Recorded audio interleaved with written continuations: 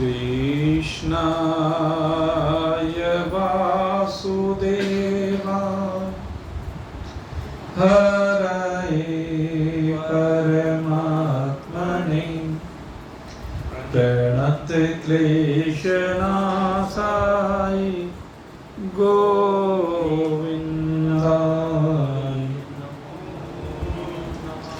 नारायणाय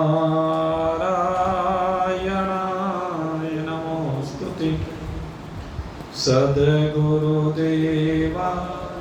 नमो नमः।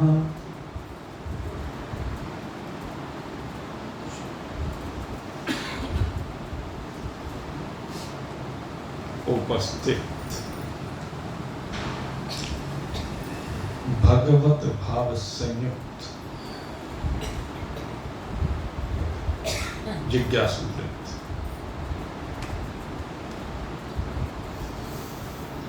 श्रीमद् भगवत गीता की इस अंतिम सोपान पर भगवान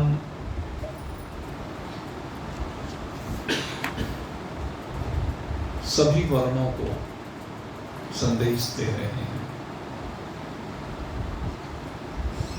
कि जो जिस जिस वर्ण जन्म से अथवा कर्म से जिस जिस आश्रम में अपने आप को मानता है,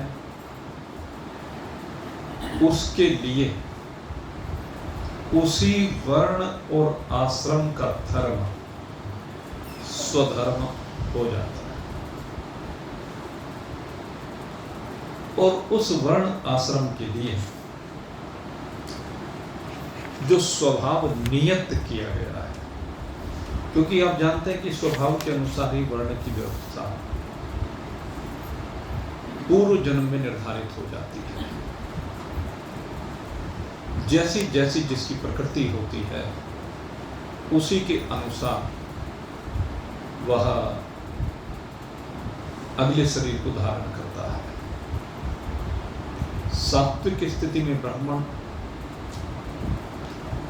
राजसी और सात्विक की गौणता में क्षत्रिय,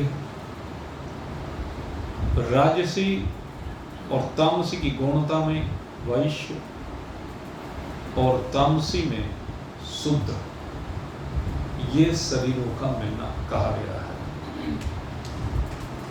अलग अलग वर्ण के अलग अलग धर्मों की चर्चा भगवान ने की और कहा कि जो जो जिसका कर्म जिस वर्ण के अनुसार नियत किया गया उसके लिए वही धर्म है। और अब भगवान आगे बताने जा रहे हैं कि उसी के द्वारा वह सिद्धि को प्राप्त कर सकता है, उसी के द्वारा वह सिद्धि अर्थात परमात्मा को प्राप्त कर सकता है। सहजम कर्म कौन्तेय सदोषम अपि न त्यजेतः सर्वारम्भा हि दोषेण धूमेनाग्निरिवावृतः।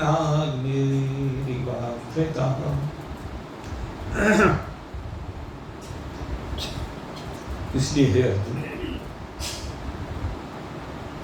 चाहे अपना धर्म दोष युक्त भी क्यों ना हो, श्रेयान् स्वधर्मः विगुणः परधर्मः स्वनुष्ठितात्। श्रेयान् स्वधर्मः विगुणः, अपना धर्म चाहे कम गुणों वाला भी क्यों ना हो। जैसे मान लीजिए सन्यासी का धर्म है, सन्यास के लिए शास्त्र में व्यवस्था की गई कि उसे जीविकोपार्जन के लिए भिक्षा ही करनी चाहिए। केवल सन्यासी को अपने लिए रसोई नहीं बनानी चाहिए, ये सन्यास का विधान है। वो अलग बात है कि आज आश्रम व्यवस्था इस तरह की हो गई है कि वहाँ सन्यासी अपनी रसोइयां चलाते हैं। पहले ऋषि लोग हुआ करते थे। ऋषि में और सन्यासी में अंतर है। हम ऋषियों की जीवन शैली को सन्यास की शैली मान लेते हैं कई बार। ऋषि का अर्थ पहले शिक्षक हुआ करता था। जितने ऋषि थे ना, वो सब शिक्षक थे, वो गुरुकुल चलाया करते थे। जब गुरुकुल चलाया करते थे तो वो हॉस्टल सिस्टम जैसे आजकल है, उसी का एक दूसरा रूप है। पहले गुरुकुल में जाया करते थे और गुरुकुल में जाकर के विद्याध्ययन करने के लिए वहीं पर रहा करते थे, कोई भी हो। तो ऋषि लोग चलाया करते। जैसे सोनक जी की सबसे बड़ी बात आती है, जब भी आप बात करते हैं सोनक आदि 88,000 ऋषि, सोनक जी का गुरुकुल सबसे बड़ा गुरुकुल माना जाता था। जैसे हमारे यहाँ तक्षशिला, अब तो भाई कोई नाम लेने वाला भी नहीं रहा। तक्षशिला जो अफगानिस्तान में है, वो सबसे बड़ा शिक्षा का केंद्र हुआ करता था। नालंदा यूनिवर्सिटी शिक्षा का बहुत बड़ा केंद्र मगध साम्राज्य के अंतर्गत आता था। ऐसे बहुत से केंद्र थे और वहां पर दूर दूर से, जैसे भगवान श्री कृष्ण को भी आप देख लीजिए, कहाँ गए? मथुरा से उज्जैनी गए, संदीपन मुनि के आश्रम में उस समय शिक्षा प्राप्त करने के लिए। तो ऋषियों की जो जीवन शैली थी वो भिन्न प्रकार की थी और सन्यासियों की जो जीवन शैली होती है वो भिन्न प्रकार की होती है। दोनों शैलियों को एक साथ मिलाना नहीं चाहिए। ऋषियों को उनके धर्म के अनुसार जीवन की यात्रा को चलाना चाहिए और सन्यासी को सन्यास के अनुसार। सन्यासी के लिए जैसे मैंने आपको बताया, धर्म क्या है? भिक्षा का अन्न ग्रहण करना।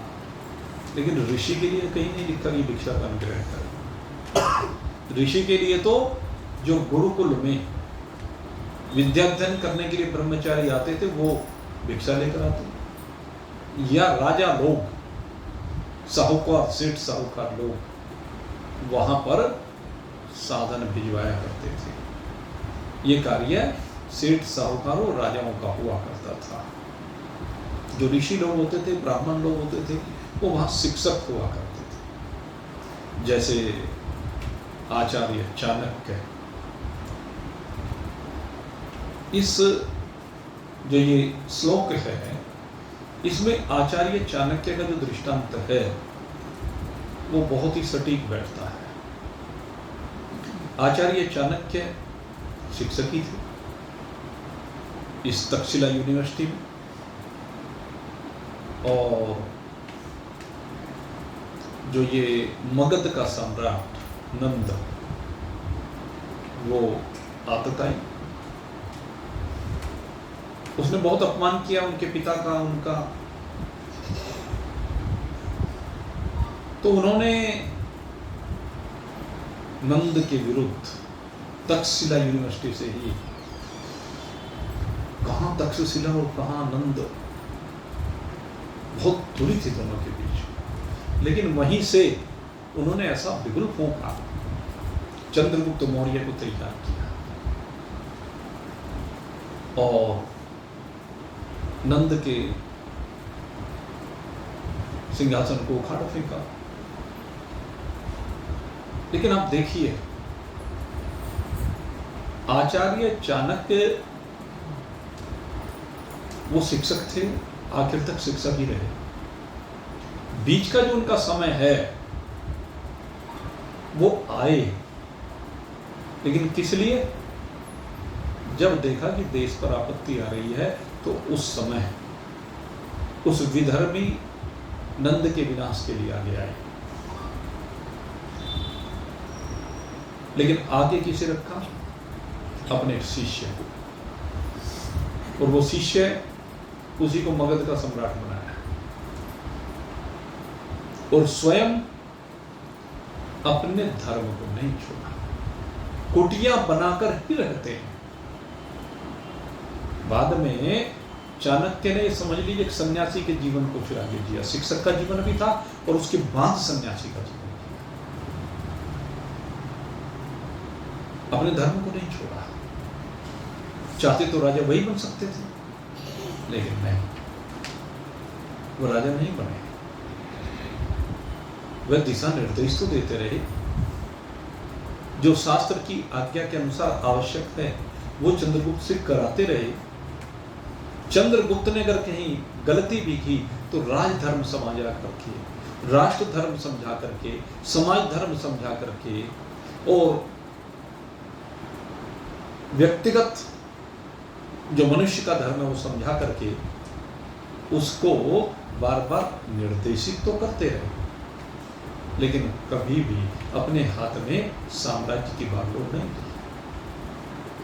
वो अपने कर्म में सहज ही प्रवृत्त थे और दूर दूर से शिक्षा प्राप्त करने के लिए उनकी उस कुटिया पर भी बड़े बड़े राजा महाराजा आया करते थे सलाह लेने के लिए। जब वो अवस्था, अब मान लीजिए बड़ी अवस्था में पहुंच गए, ऊपर की अवस्था में पहुंच गए, तो उस समय बड़े बड़े विद्वान आया करते उनके पास चर्चा करने के लिए।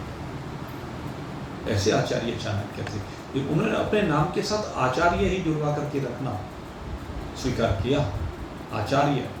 और उनके जैसा आचार्य कहते हैं कि कोई दूसरा इतिहास में दिखाई नहीं देता है जैसे आचार्य चाणक्य। तो अपने धर्म का पालन वही श्रेयकर है। श्रेयान स्वधर्मः विगुणः परधर्मात् स्वनुष्ठिता। दूसरे का धर्म चाहे कितना ही श्रेष्ठ क्यों ना हो। अब मान लीजिए ब्राह्मण के लिए भिक्षा करना लिखा है,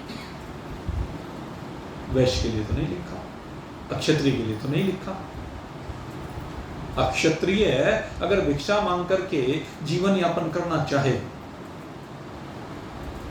तो वो उसका धर्म नहीं है, उसे पाप लगेगा उसको। अर्जुन ने गीता जी के प्रथम अध्याय में यह बात कही थी और आखिर में वही विषय आ रहा है। जो प्रश्न अर्जुन के थे उन्हीं का उत्तर भगवान ने गीता जी में दिया है। यहां पर उसी प्रश्न का उत्तर दे रहे हैं। अर्जुन ने कहा था कि इससे अच्छा तो यह है कि इन गुरुजनों को मारने से अच्छा, इन अपने संबंधियों को मारने से अच्छा यह है मैं भिक्षावृत्ति अपनाऊं। महाराजा अग्रसेन जब उनका राज्य लुटपिट गया, बिल्कुल जंगल में अकेले खड़े हुए थे, तो उस समय महर्षि गर्ग का पदार्पण उनके जीवन में हुआ और महर्षि गर्ग ने उनको सांत्वना दी, उनको कहा कि मैं तुम्हारे राज्य की स्थापना कराऊंगा। कि राज्य का क्या प्रयोजन है, किसके लिए राज्य, कि तो कोई रहा ही नहीं। माँ और भाई थे वो भी न जाने कहां चले गए। सौम्य ऋषि के साथ वो भी कहीं, सौम्य ऋषि उनको सुरक्षित स्थान पर ले गए। मेरे था मैं क्या करूंगा राज्य का, अब तो मेरे लिए श्रेयकर है कि बस मैं सन्यासी का जीवन जीऊं और भिक्षा मांग करके अपने जीवन का निर्वाह करूं या मृत्यु को गले लगा दूं। तब महर्षि गर्ग ने वहां महाराजा अग्रसेन जी को उपदेश दिया। वही उपदेश भगवान श्री कृष्ण ने जो दिया वही, क्योंकि भगवान श्री कृष्ण का उपदेश महाभारत में जो दिया गया था, अग्रसेन जी ने भी उस समय महाभारत के युद्ध में ही थे, वही उपदेश महर्षि गर्ग ने उनको दिया है। तो भगवान श्री कृष्ण यही बात कह रहे, दूसरे के धर्म को नहीं, अपने धर्म के अनुसार। और धर्म एक जन्म से है, दूसरा कर्म से है। अब जिसको जो स्वीकार हो सो उसी के अनुसार चले। तो यही बात कह रहे हैं, सहजम कर्म कौन दे, सहज कर्म जो आपकी प्रकृति के अनुसार है, आपके स्वभाव के अनुसार है, आपके पूर्व कर्मों के अनुसार है, पूर्व संस्कारों के अनुसार है। कहते हैं चाहे वह सदोषम अपि न त्यजेत, चाहे उसमें दोष भी क्यों ना हो। क्योंकि जब अपने अपने धर्म का पालन किया जाता है तो दोष तो भाई सब में है। कहते जैसे भाई कहीं भी अग्नि होगी तो अग्नि से पहले धुआं होगा कि नहीं होगा? अग्नि अगर यदि जलानी है तो धुआं होगा ही, पहले धुआं होगा फिर अग्नि होगी। दिया सलाई जलाइए, कहीं भी अग्नि लगाइए, धुआं जरूर निकलेगा पहले। आजकल के साधनों की बात अलग करें भाई, इनमें तो धुआं नहीं निकलता, वो एक अलग बात है। लेकिन जहां अग्नि को आपको प्रकट करना है, चाहे यज्ञ में भी प्रकट करना हो, तो धुआं होता ही है। तो कहते हैं अग्नि में धुएं का दोष है, धुआं अग्नि को ढक भी लेता है। इसी प्रकार से संसार में कोई भी ऐसा कर्म नहीं है जिसमें दोष ना हो। कहने लिए सबसे श्रेष्ठ कर्म जैसे ब्राह्मण के लिए कहा, कहते भिक्षा है। कहते भिक्षा में बहुत दोष है। जो भिक्षा है, यद्यपि ब्राह्मण का कर्म है कि वो भिक्षा ले, लेकिन उसमें बहुत दोष हैं। कहते भिक्षा सबसे श्रेष्ठ दिखाई देती है। वैसे भिक्षा करके भोजन करना ये सबसे श्रेष्ठ दिखाई देता है, लेकिन कहते हैं उसमें लेकिन इसमें दोष कितने हैं? कहने लगे जिस घर से भिक्षा मांग रहे हैं, अब घर पर चला गया कोई याचक, उसने भिक्षा मांगी नारायण हरि की। एक तो गड़बड़ क्या है कि मान लीजिए किसी घर में उसका बेचारे का मिजान ही नहीं है, घर में है ही नहीं कुछ भिक्षा देने के लिए, और शास्त्र का नियम है कि दर पर अगर याचक आ गया और वो भिक्षा के बगैर चला गया तो दोष लगेगा, पाप लगेगा। मांगने वाले को नहीं, जो नहीं देगा उसको पाप लगेगा। तो उस याचक ने उसे बिना बात में पाप का भागी बना दिया ना। दोष हुआ कि नहीं हुआ? और किसी ने दहेल मान करके दी भिक्षा, तो वहां भी दोष हुआ। कहते हैं किसी ने भिक्षा दी और वो अभक्ष्य दे दी, तो वहां उस भिक्षा को अगर ग्रहण कर लिया, पता नहीं है कि उसमें प्याज लहसुन पड़ा हुआ है, और प्याज लहसुन जब पड़ा हुआ है वो भोजन कर लिया, तो देने वाले को तो पता नहीं, उसके घर में तो उसका तो स्वभाव है उसका खाने का, और जो याचक दरवाजे पर आया उसने जब वो भिक्षा ली, अगर वो ब्राह्मण है तो उसको दोष लग गया प्याज लहसुन खाने का, पाप लग गया। ब्राह्मण के लिए तो शुद्ध सात्विक भोजन यही करना कहा गया है। अगर शुद्ध सात्विक भोजन नहीं करता तो पाप लगता है। अगर वह तामसी भोजन करता है, प्याज और लहसुन अगर यदि कोई ब्राह्मण खाता है तो सबसे बड़ा पाप है, उसके लिए पाप है। लेकिन वही शूद्र अगर यदि प्याज लहसुन खाता है तो उसको पाप नहीं लगता। आप कहेंगे क्यों? अब विषय ये है, ब्राह्मण का जो शरीर मिला है वो सतोगुण से मिला, उसका स्वभाव है सतोगुण। शूद्र का जो शरीर मिला है वो तमोगुण से मिला है, और ये प्याज लहसुन तमोगुण होता है, वो तो खाता ही तमोगुण है, तो उसको दोष नहीं लगेगा, वहां दोष लगेगा। ये नियम है। तो इसलिए कहते हैं कि भिक्षा में भी भाई दोष है, और क्षत्रिय है। अक्षत्रिय को मान लीजिए धर्म युद्ध भी मिल गया, और कहते हैं कि धर्म युद्ध करने में जो उस धर्म युद्ध में युद्ध करते हुए वीर गति को प्राप्त होता है उसको स्वर्ग मिलता है। कहते हैं नहीं, कथा सब जगह आती है, पुराणों में, गीता जी में भी आई, भगवान ने कहा हतो वा प्रापस्यसि स्वर्गः, ये कहा है भगवान ने कि स्वर्ग मिलेगा। लेकिन कहते हैं कि इसमें सबसे बड़ा दोष क्या है कि न जाने कितने निरपराध लोग में सैनिक मारे जाते हैं, जिनका कोई दोष नहीं होता, वो मारे जाते हैं, और उनके पीछे रह जाते हैं उनके वो परिवार उनके माता पिता, बूढ़े, पत्नी, बच्चे, और वो फिर जब वो रह जाते हैं उनका जीवन नरक बन जाता है। तो कौन दोषी हुआ? जिसने उसको मारा। तो कहते हैं इसमें पाप लगता है। पर फिर कहते हैं कि शास्त्र की आज्ञा यही है कि अगर यदि धर्म युद्ध मिल रहा है तो युद्ध करना ही चाहिए, चाहे उसमें वो पाप भी क्यों ना हो। होगा ही भाई वो पाप तो। इसके बाद वैश्य की बात की। कहते हैं जब वैश्य के लिए खेती करना सबसे श्रेयकर कहा। कहते जब खेती करते हैं तो भाई खेती में तो न जाने कितने जीव जंतु मारे जाते हैं। जिस समय वो जोतते हैं खेत को तो बहुत जीव जंतु मारे जाते हैं। कहने लगे लेकिन इस भय से अगर यदि खेती नहीं करेगा तो सारी प्रजा को अन्न कैसे मिलेगा। दूसरे का व्यापार। कहते व्यापार करने में बहुत दोष आते हैं। अब व्यापार मान लीजिए कोई गेहूं का व्यापार कर रहा,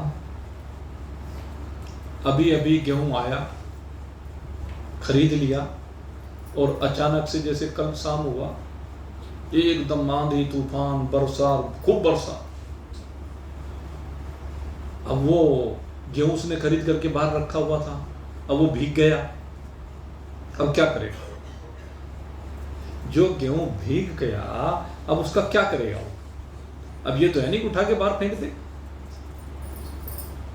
उस गेहूं को वो बेचेगा ना, तो उसमें दोष तो है ना।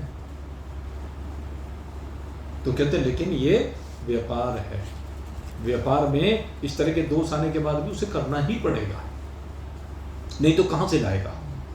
अगर यदि उसको सारे को फेंक दे वो, तो उसका दिवाला निकल जाएगा। सिस्टम बनाना पड़ेगा।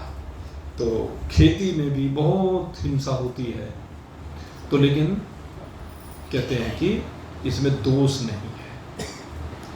शास्त्र के अनुसार, अपने स्वभाव के अनुसार, अपने धर्म के अनुसार जो नियत कर्म है उसे करने में कोई भाई दोष नहीं है।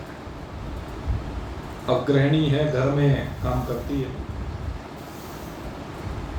अब घर में बहुत हिंसा होती है भाई, क्या करें, कैसे रोके।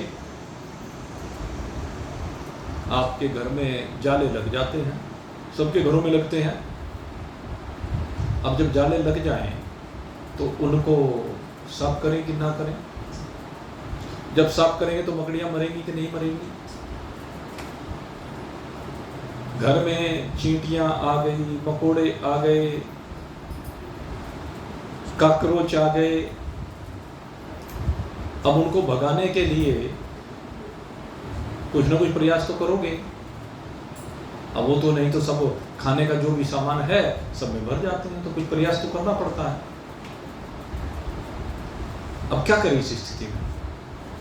कुछ ना कुछ तो प्रयास करना पड़ेगा। तो कहते हैं वो उसमें जो हिंसा होती है वो हिंसा नहीं मानी जाती, क्योंकि गृहस्थ के लिए घर को साफ सुथरा रखना, भोजन को साफ सुथरा रखना, भोज्य पदार्थों की सुरक्षा करना, ये भी जरूरी है। हलवाई के काम में यही है। हलवाई के काम में अब वो मीठा बनाएगा ही। अब हलवाई जो भी करेगा तो मीठा बनेगा। अब मीठा बनेगा तो उस पर कीड़ी मकोड़े और वो मक्खियां पता नहीं कितनी। अब आप विचार कीजिए, भाकर पका रहा है, उसमें मक्खियां आकर के मर रही है, अब वो क्या करे? उन मक्खियों को निकाल करके एक तरफ कर देता है। अब वो भाकर में वो मक्खियां तो मर गई ना। अब वो जो उनका रस है वो तो लोगों के शरीर में जाएगा। अब पाप है एक तो देखा जाए, लेकिन दूसरी ओर जो प्रैक्टिकल जीवन है, उस प्रैक्टिकल जीवन में उसे बेचारे को ऐसा करना ही पड़ेगा, नहीं तो वो मिठाई बना ही नहीं सकता। कोई ऐसा रास्ता ही नहीं कि वो मिठाई बना पाए। हिंसा होगी। तो भगवान यही कह रहे हैं कि अपने अपने कर्म में जो उसके लिए आवश्यक है वो करने से पाप नहीं लगता है। सहज स्वाभाविक कर्म है, वो करने ही चाहिए, लेकिन इसका मतलब ये नहीं कि जानबूझ के करने लगो भाई। सर्वारंभा ही दोषेन धूमेनाग्निरिराव्रता, कि जो भी भगवान कहते हैं कि भाई चाहे कितने भी कर्म हो, कोई सा भी कर्म हो, कर्म में तो हर एक में दोष है ही भाई, कोई ऐसा कर्म नहीं। अच्छा, आप सड़क पर चलते हो, अब जब सड़क पर चलते हो कितने कीड़े मकोड़े, कितने जीव मर जाते हैं नीचे, पता भी नहीं चलता। अब चलना थोड़े ना बंद कर देंगे, काम करना थोड़े ना बंद कर देंगे। तो सबके सब कर्म दोष युक्त होते हैं। इसलिए असक्त बुद्धि सर्वत्र जीतात्मा विगति स्पृह नैष कर्म सिद्धिं परमां संन्यासेनाधिगच्छति। बस मेन बात क्या कही भगवान, कहते हैं कोई भी कार्य जो हो रहा है सहज कर्म, उसमें तुम आसक्ति का परित्याग करो। जब आसक्ति का परित्याग कर दोगे, असक्त बुद्धि सर्वत्र, सर्वत्र असक्त बुद्धि हो, और जीतात्मा विगति स्पृहा, जीतात्मा आलस्य के, प्रमाद के, निद्रा के वशीभूत ना होकर के अपने अंतःकरण पर विजय प्राप्त करके, अपने शरीर पर विजय प्राप्त करके, इंद्रियों पर विजय प्राप्त करके, इनको अपने वश में करके आप विगत स्पृह होकर के, कहीं भी आसक्तिवान ना होकर के, कहीं भी कामना से संयुक्त ना होकर के करने योग्य कर्म को करते रहें, तो उसी से नैष कर्मं सिद्धिं परमां, कहते जो निष्कर्म सिद्धि कही गई है, जहां पर कर्म अकर्म बन जाते हैं। नैष्कर्म सिद्धि, जिस स्थिति में कर्म अकर्म बन जाए, अर्थात कर्ता अकर्ता हो जाए। जैसे भगवान ने कहा ना कि चातुर्वर्ण्याम याशिष्टम गुण कर्म विभाग से तस्य कर्तारमपि माम विद्य कर्तारम अव्ययम्। भगवान ने कहा कि सब कुछ मैंने रचा, लेकिन मैं अकर्ता हूं। उसके पीछे कारण क्या है? न माम कर्माणि लिम्पन्ति, मैं कर्मों में लिप्त नहीं हूं। तो यही भगवान कह रहे हैं, नैष कर्म्यं सिद्धिं परमां। ये जो कर्मों में आसक्ति, कर्मों में लिप्तता न होने का, कर्ता अकर्ता बन जाता, इसी को नैष्कर्म्य सिद्धि कहते हैं।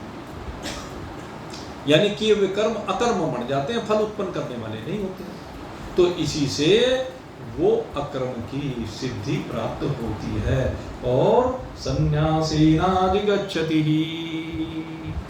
वो जो है फिर कहते हैं कि वो उस ज्ञान की ओर गमन करता है।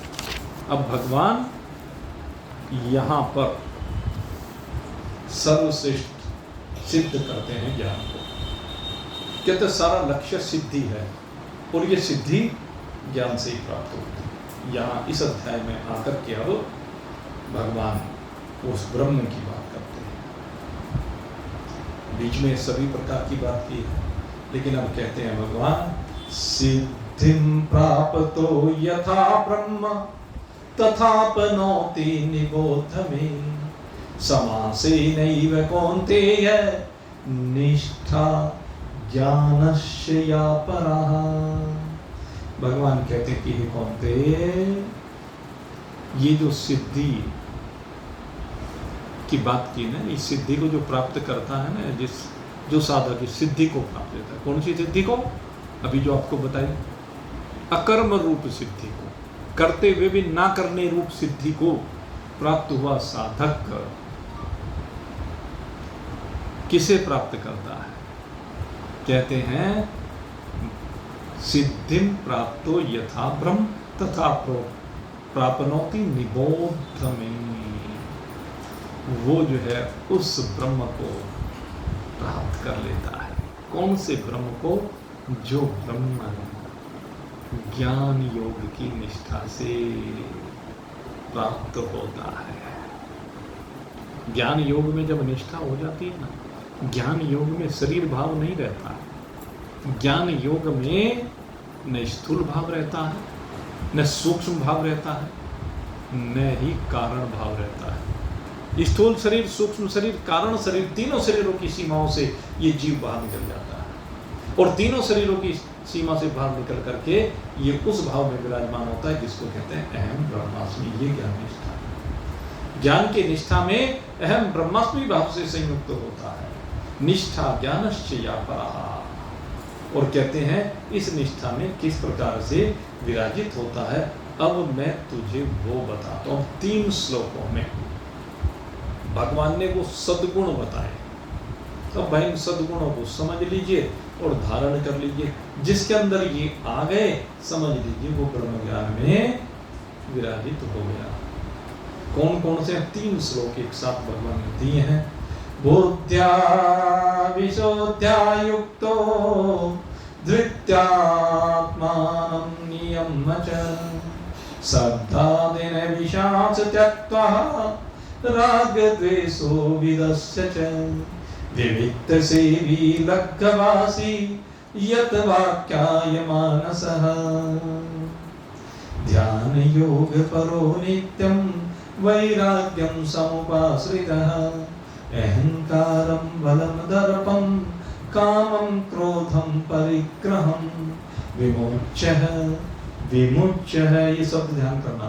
विमुच्यः निर्ममः शांतो ब्रह्म भूयाय कल्पते। अब ये 3 बातें यहां पर बताई।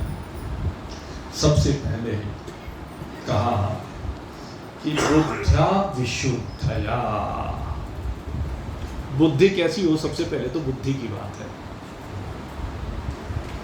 सबसे पहली बात भगवान ने बुद्धि की, क्योंकि बुद्धि है जो इसे ज्ञान की ओर लेकर जाती है। बुद्धि है जो इसे परमात्मा की ओर लेकर जाती है। सबसे पहले बुद्धि का विशुद्ध होना जरूरी है। केवल शुद्ध नहीं कहा, विशुद्ध, बिल्कुल परिमार्जित, जैसे तपा हुआ सोना,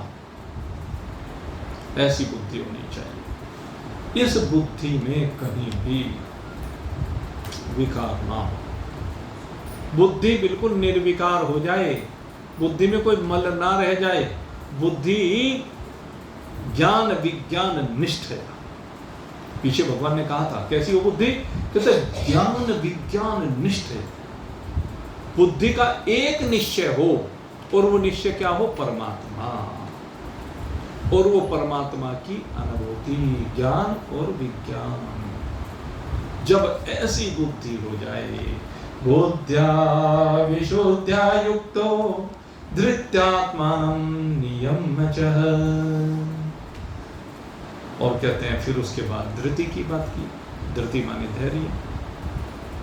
इसकी चर्चा तो बहुत विस्तार से हम कर ही चुके हैं। अनेक बार अभी पीछे सत्संग में धृति के ऊपर कई बार चर्चा हो ली है। इसके बाद का आत्मनम नियम्य च। यहाँ आत्मनम शब्द से तात्पर्य है अपनी इंद्रियों से है। कहते हैं इंद्रियों को नियमित कर, इंद्रियों को नियम में बांध ले। बुद्धि ऐसी हो कि इंद्रियां ऐसी नियम में बंधे कि वो कहीं भी इधर उधर ना दौड़े। इंद्रियां कहां जाए? जहां बुद्धि निर्देशित करे।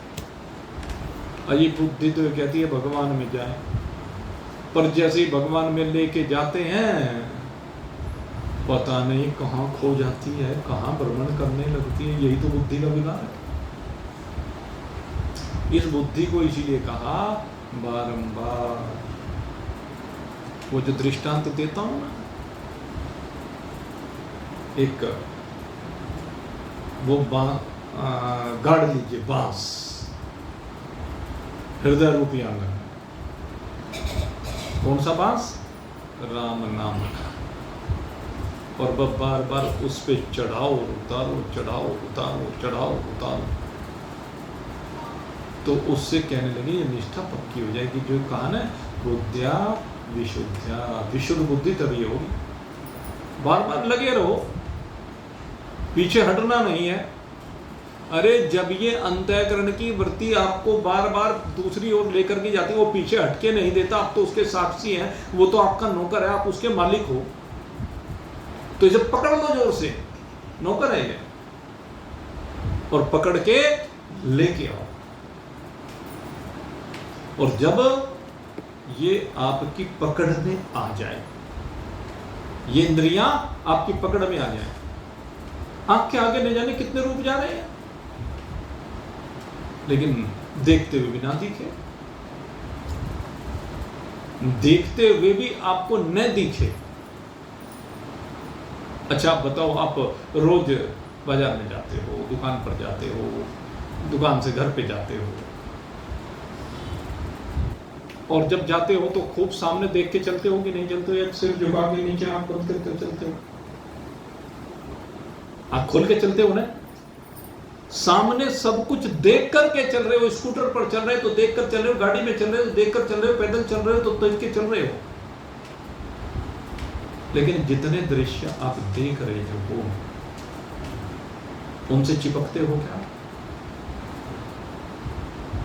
यही तो देखते हुए भी ना देखना है। जब दृश्यों से आप चिपके नहीं, दृश्य दिख भी रहे हैं, उनको दृश्यों को दिखने के बाद आप फिर भी अपनी यात्रा को आगे बढ़ाते जा रहे हैं, उनमें आसक्त नहीं हो रहे हैं। ये है बुद्धि के द्वारा इंद्रियों को नियम में लाना, बुद्धि के द्वारा बांधना। ऐसे ही शब्द को बांध दो। अच्छा चलते हुए कितने शब्द सुनाई देते हैं भाई, जो भी जा रहे हैं दुनिया भर के शब्द हो रहे हैं, दुनिया भर के लोग बोल रहे हैं रास्ते में जाते हुए, आप उसमें आसक्त होते हो क्या? तो यही तो है, सुनते हुए भी ना सुनना। अब भीड़ में निकले जा रहे हो, न जाने किस किस का स्पर्श हो जाता है, उस स्पर्श से जुड़ते हो क्या? अब जब भीड़ में जा रहे हो और किसी ने बहुत जोर से कहोगे मार दिया, लेकिन लग जाता है, अब कहोगे कुछ, भीड़ में हो ही जाता है, धक्का मुक्की हो ही जाती है। यही तो है, सब कुछ होते हुए भी कुछ ना होना। ये है इंद्रियों को नियम में लाने की बात। रास्ते से जाते हुए कहीं गंदगी का ढेर लगा होता है, कहीं फलों की ठेलियां लगी होती हैं, सब्जियों की ठेलियां लगी होती है, अंडों की ठेलियां लगी होती है, हलवाई की दुकान से गंध आ रही होती है। जब आप निकल के जाते हो, कौन सी गंध को ग्रहण करते हो उनमें से? सब गंध टकराती हो, टकरा करके वापस चली जाती है। आप उनसे चिपके हुए नहीं रहते हो, क्योंकि रोज उनका सामना करते हो। आई और चली गई, आई और चली गई, आपकी उसमें कोई आसक्ति नहीं। ये है इंद्रियों को नियम में बांधना। तो इंद्रियों को नियमित करना, अनुशासित करना, बांध करके रखना। शब्दादीन विषयांश त्यक्त्वा रागदेशो व्युदस्य च। ये जो शब्द आदि विषयों का संग हुआ और आपने उसका त्याग कर दिया, तो इसमें एक बात और कही कि राग द्वेषो विदस्य। तो हमें कोई राग और द्वेष भी हुआ क्या? आप जब यूं ही निकलते चले जाते हैं, देखते हुए भी नहीं देखते, सुनते हुए भी नहीं सुनते, छूते हुए भी नहीं छूते, उस स्थिति में किसी से राग और द्वेष हुआ क्या? पता है ना, जैसे किसी की कोहनी लग गई, किसी की साइकिल लग गई, किसी का स्कूटर लग गया, छू जाते हैं, उस समय झगड़ते रहते हो क्या? और वैसे सामान्य में जब झगड़ते हो तो वहां राग और द्वेष जुड़ जाता है, लेकिन जब यूं ही छोड़ करके निकल जाते हो तो न राग होता है न द्वेष होता है। हाँ, तो नेचुरली ये तो स्वभाव है।